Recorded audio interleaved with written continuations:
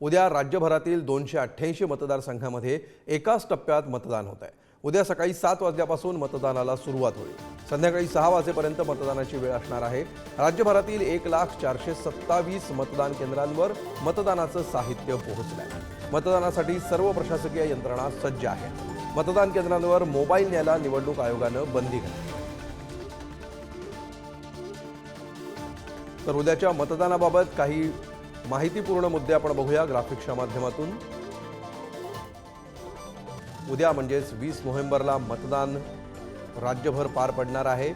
तर शनिवारी 23 नोव्हेंबरला या निवडणुकीचा निकाल लागेल। एकूण 288 मतदारसंघांमध्ये एकाच टप्प्यात हे मतदान होत आहे। 9,70,25,119 एवढे एकूण मतदार आहेत। यापैकी 5,22,739 पुरुष मतदार आहेत। तर 4,69,96,279 महिला मतदार आहेत।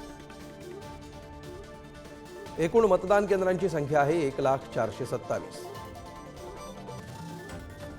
मतदानाची वेळ सकाळी 7 ते सायंकाळी 6 वाजेपर्यंत।